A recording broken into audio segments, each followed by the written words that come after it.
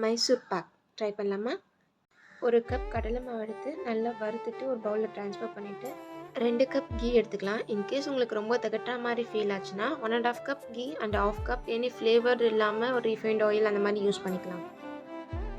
ஏலக்காய் தூள் சேர்த்துட்டு இதில் 1 கப் கீ மட்டும் இப்போ யூஸ் பண்ணி மிக்ஸ் பண்ணிக்கலாம்.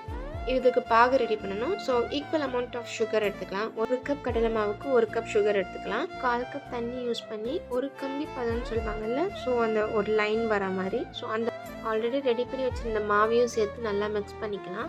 நீங்கள் அந்த லம்ப்ஸ் மாதிரி எங்கேயுமே வரக்கூடாது. ஸோ நல்லா மிக்ஸ் பண்ணிக்கோங்க. அப்போ தான் உங்களுக்கு அந்த கன்சிஸ்டன்சி ரொம்ப சூப்பராக இருக்கும்.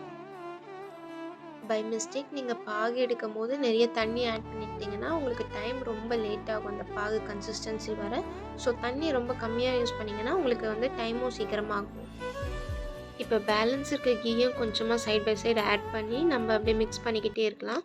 நீங்கள் இப்போ பார்க்கும் போதே தெரியும் கொஞ்சம் தண்ணியாக இருக்க மாதிரி இருக்கும். பட் நீங்கள் நல்லா மிக்ஸ் பண்ண அந்த டெக்ஸ்சர் உங்களுக்கு ஃபார்ம் ஆகிடும். ஆல்ரெடி ஒரு பிளேட்டில் பட்டர் பேப்பர் ஆர் கீ நல்லா கோட்டட் பண்ணி எடுத்து வச்சுக்கோங்க. அதில் அந்த பிளேட்டில் ட்ரான்ஸ்ஃபர் பண்ணிவிட்டு ஒரு 20 மினிட்ஸ்க்கு அப்புறம் நம்ம எடுத்து கட் பண்ணி ஸ்லைஸ் பண்ணிக்கலாம். சாஃப்டாக இருக்கிறதுனால நம்ம கட் பண்ணும் போதே கார்னர்ஸ்லாம் கட் ஆகுது பாருங்கள். இதை நான் குகன் கிட்ட டேஸ்டிங் கொடுத்தப்ப அவன் என்னென்ன சேட்டப் பண்ணான்றதை நான் ஷார்ட்ஸில் போட்டிருக்கேன், மறக்காமல் பாருங்கள்.